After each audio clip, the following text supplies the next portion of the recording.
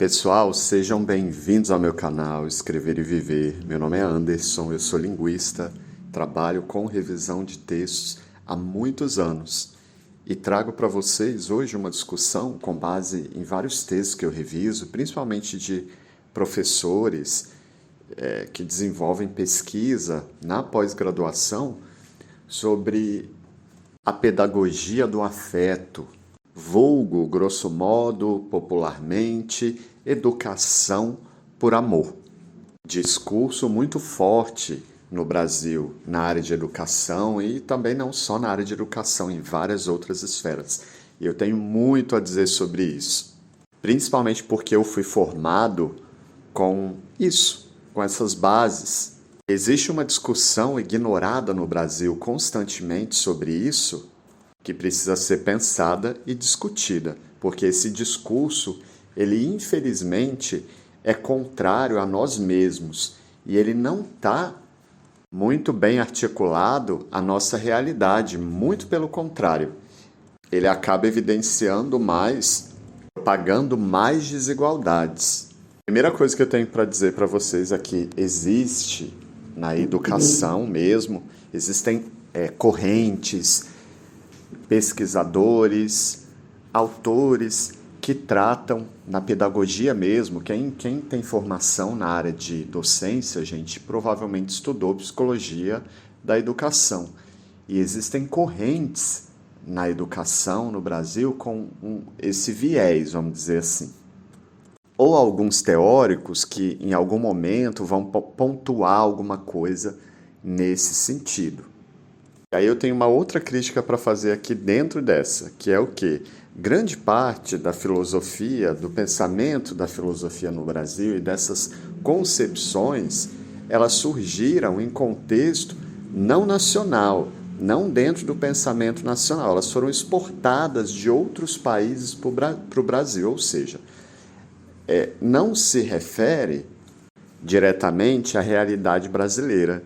Isso é um grande problema, assim, porque a pós-graduação no Brasil, o pensamento filosófico no Brasil, inclusive, tem vários autores que criticam isso. A gente traz muito de fora, teóricos, áreas, dificilmente tem voz ao que surge nacionalmente no Brasil por causa da síndrome do vira-lata, né? Tudo que é produzido dentro do Brasil é desconsiderado. Eu, inclusive, vejo nas teses e dissertações que eu reviso constantemente, aleatoriamente, menção a algum país solto estrangeiro para justificar alguma coisa aqui. Então, falar da realidade nacional, dos problemas educacionais, principalmente, com base em modelos de outros países, não casa muito bem para a nossa realidade. Então, esse é o grande primeiro problema dessa questão. E o segundo aqui, trazendo a discussão para a perspectiva dentro da própria psicologia, se a gente pegar, por exemplo, eu fico me perguntando, gente, o que o Freud diria disso, da dita psicologia, aliás, da dita educação por amor no Brasil. Eu vou responder para vocês aqui, bem sinceramente, o que ele provavelmente diria com base nas teorias dele. O Brasil é muito emotivo culturalmente, gente. Em outros países, dificilmente as dinâmicas culturais acontecem nesse nível quase que transborda o exagero. Eu já morei em muitos países, eu estou há mais de 10 anos rodando pelo mundo, assim, eu me interesso muito por outras culturas e sempre para mim foi um grande choque observar esse exagero e excesso no Brasil em relação às questões sociais. E eu vejo que isso acontece no Brasil exatamente por um desespero do vazio interior do sujeito, por desconhecer. E aí, por quem não tem nada dentro de si, vai buscar fora, né? E aí, a gente é socialmente muito engajado, por falta disso, o brasileiro não se conhece. Infelizmente, não conhece a própria intelectualidade, a própria literatura, a própria educação, os caminhos para a mudança dessa educação. Ele vai se espelhar em modelos estrangeiros, o que está ali concepcionado na pós-graduação também acaba seguindo essas orientações.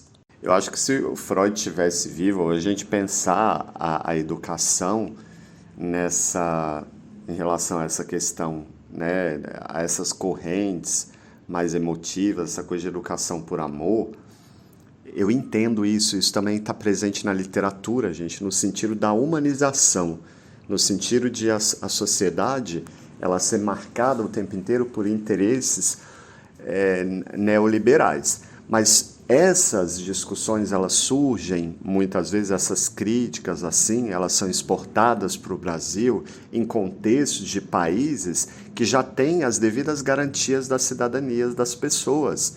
E aí as pessoas querem adaptar esses modelos algures à nossa realidade, não casa muito bem, porque antes de falar de educação por amor aqui e de falar de humanização, o Estado, o sujeito, ele precisa ter minimamente as suas garantias de direitos. Então, não dá para poder falar em amor nessa perspectiva, até porque esse discurso vai ser contrário ao próprio direito e ao próprio sujeito. E aí, assim, o Estado vai continuar oferecendo a ele, por amor, livro mofaro na parada de ônibus, e aí você tem um leque de coisas que vão surgir, exploração alheia de professores, exploração de diversas outros grupos em relação ao trabalho das pessoas, que não desde que eles não estejam lá na tríade do poder, advogado, médico, engenheiro, porque o advogado ele não trabalha por amor. Ele cobra lá os R$300 de consultoria só para você fazer uma pergunta, depois você tem que pagar de 1 a 15 salários mínimos, dependendo da extensão da causa, ali, da complexidade para o processo, e ele ainda vai ganhar do próprio juiz uma porcentagem ali da causa, né? Porque no Brasil, quem perde tem que pagar para o advogado lá a sucumbência, né? Então ele ganha, são 3 boladas, né? E aí o professor com a educação por amor, ele não pode, por uma questão humanitária, por uma questão bonita, ele tem que conhecer os grandes autores da literatura, e todos eles eram pobres, todos eles não tinham uma condição digna, a grande maioria, né? E aí um é reflexo do outro, e é isso que sobra, gente. Esse discurso é extremamente perigoso, e ele é extremamente usado no Brasil para manipular. Existe no Brasil uma elite, muita gente sabe disso, não só uma elite, muita gente que usa desse discurso para enganar, para se colocar na posição contrária, porque o brasileiro, assim, ele odeia o empresário, ele odeia, ele gosta lá da história do pobrinho que ascende e fica milionário sem estudar, por exemplo, né? Todas as outras categorias, elas são enquadradas na nossa cultura como com o pé atrás, entendeu? Então, ou então nessa relação polarizada direita versus esquerda. E não é bem assim não, gente. Não é bem assim mesmo. Quem manutenciona esse discurso é contrário a si mesmo. Para o Freud, eu imagino que a gente possa pensar a educação não como fruto do amor, mas da interdição, ou seja, é na tensão entre afeto e limite que o sujeito se forma. É claro que a gente pode pensar a educação na perspectiva de vários teóricos, mas eu estou trazendo aqui para desconstruir essa concepção de que a educação por amor e não sei o quê, de que tudo é função de dinheiro, e aí, não, gente, o básico precisa ser garantido para que qualquer outra coisa floresça depois. E a responsabilidade, essas partes afetivas e tudo, principalmente, elas são primeiramente responsabilidade da família. Essas questões emocionais que transbordam a esfera do público e do privado, do Estado, ou que vão ali como responsabilidade genuína do professor, elas são muito perversas, elas sobrecarregam o professor. O professor, ele não tem que dar amor ali para toda uma turma de 40 alunos, isso não é possível. Ele já tem ali que fazer tanta coisa, isso adoece o sujeito, né? Isso é uma maneira indigna de a profissão continuar funcionando diante da precariedade. Então, essa dita educação por amor, né, ela vem muito num discurso assim também, eu vejo, da pedagogia, assim, sabe?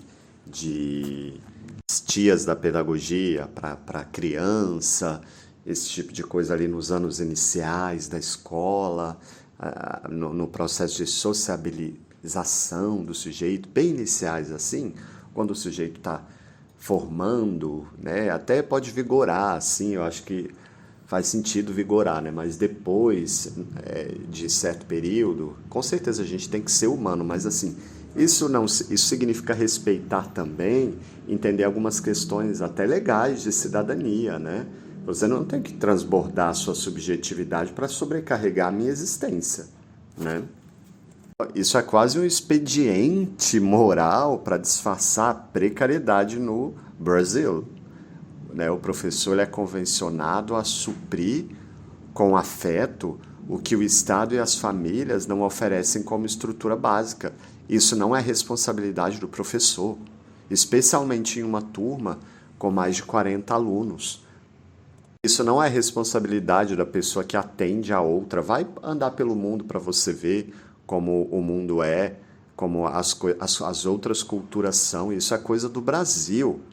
E isso não é algo positivo da nossa cultura. Não dizendo para ninguém ser máquina, né? Não é isso que eu estou dizendo. Eu estou falando aqui sobre outras coisas, que não deixar as coisas nos seus devidos lugares, isso gera essa confusão nossa, emotiva, nas interações, né? As pessoas elas acabam confundindo muito ali por falta de reflexão, né? De exercício cerebral, elas acabam misturando muito as barreiras emotivas, as memórias afetivas que são elevadas em eternos anauês e tudo, a questões lógicas e de direitos. E aí, se eu não separo o eu do outro, o que eu sou? Né? Se eu não tenho frustrado em mim, ali o Freud lá, se a gente pensar no id, no ego, no superego, vai ser complicado o sujeito desenvolver o superego se ele não tiver alguma frustração nesse sentido do limite do outro, né? Porque senão eu sou o outro, eu me misturo com o outro, eu me projeto no espelho com o outro, que é essa bagunça que o Brasil é, né? Aí, por que ninguém nunca ganhou um prêmio Nobel no Brasil?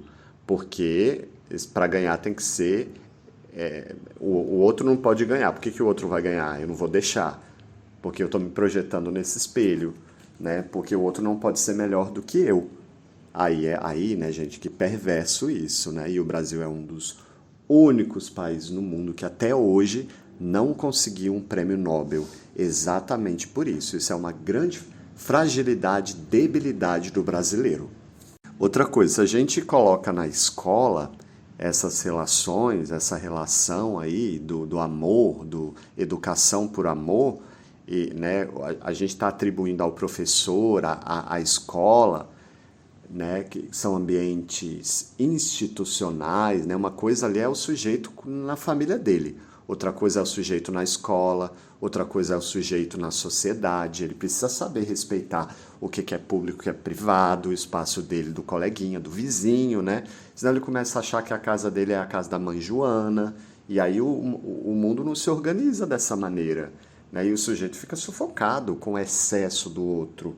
Ninguém é responsável nesse nível assim, né? A gente se salva em comunhão lá, o Paulo Freire vai falar isso e tal, né? Mas assim, não é bem assim, gente. Esse zelo, né, ele tem que vir ali das estruturas familiares, né? E aí, mesmo dali, esse zelo profundo, ele pode carregar ambivalência, desejo inconsciente, pressão psíquica, né? Então não é, nem as próprias famílias podem deixar o alecrim dourado, a Deus dará nesse sentido, porque nada funciona desse jeito. E uma vida, ninguém é um animal selvagem, a gente é ser humano, a gente vive em sociedade, né? E uma grande questão social é separar o que é público do que é privado, né? É uma questão básica de direito ligada à cidadania de qualquer pessoa.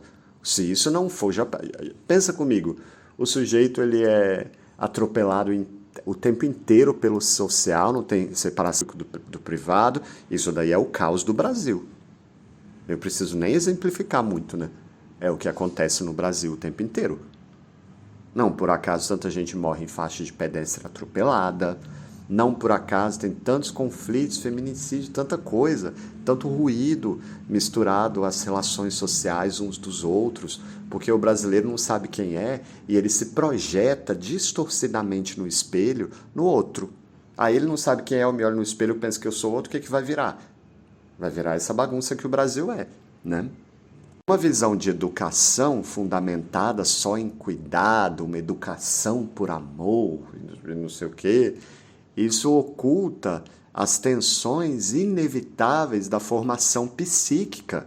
E aí você pega lá Freud, o complexo de Édipo, né, e as relações frágeis ali das figuras parentais, que marcam o início. O professor não pode ser uma projeção ou extensão disso, que marca o início da inserção desse sujeito no mundo, né? Então a gente tem que pensar muito esses discursos, tomar muito cuidado, e o pior é que eu vejo como revisor assim, pessoas extremamente escolarizadas reproduzindo alienadamente esse tipo de coisa em teses e dissertações, ou sabe aquelas pessoas boazinhas demais, aquelas coisas de a gente se salva. Gente, essa é uma sobrecarga do outro, né?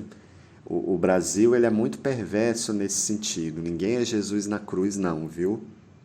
É isso que eu tinha para dizer para vocês sobre a educação por amor. Antes de falar em qualquer questão de humanização do sujeito, é preciso dar o básico para que esse sujeito pelo menos se torne humano. Porque senão ele está ali, ele é um animal na floresta, solto. Aí como é que você quer humanizar um sujeito ali sem dar estrutura básica de direitos e cidadania para ele?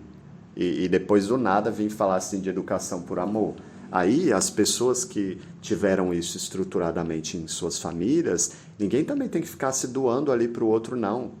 Né? A família é a primeira instituição ali responsável pelo sujeito, depois vem o Estado, aí vem políticas ligadas ao acolhimento, a isso, para a reinserção desse sujeito numa família por meio de adoção ou por qualquer outra questão, projetos e tal. E não é uma coisa assim, somos todos responsáveis. Não é assim não que funciona, né? Principalmente um Estado que arrecada tanto dinheiro e que não repassa para a população, né? Aí fica uma discrepância muito grande, né? E aí as pessoas que têm acesso à educação reproduzirem isso e não perceberem que isso é uma limitação socioeconômica do outro para ascender, é mais perverso ainda. Por quê? Porque isso disfarça a precariedade do sistema. E aí todos ficam naquele nível ali da mediocridade, né? Ou seja, eu nunca vou cobrar mais ali, eu não vou entender o meu valor em sala de aula, como o advogado entende o valor dele, como o médico entende o valor dele, como o engenheiro entende também, que é a tríade do poder no Brasil, e só eles podem cobrar. Por que o professor não pode cobrar a hora-aula digna dele ali? Ele tem que ficar fazendo hora extra gratuita, ele tem que ficar tomando conta de filho de não sei quem, e cheio de aluno em sala de aula. O que é isso? Né? Isso deve ser pensado, gente, com muito cuidado. E o problema é que todo mundo que está na educação, né, driblar isso está instituído entre nós, isso está nas... Mas aí na hora que você vai lá precisar de algum serviço do governo, você é barrado. Aí não tem amor. O amor ele só funciona aí no Brasil, nos ambientes assim, onde há fragilidade, né? Isso é muito perverso, isso é muito feio do brasileiro, né? Vamos melhorar como gente. Tá bom, Brasil? Tchau, tchau.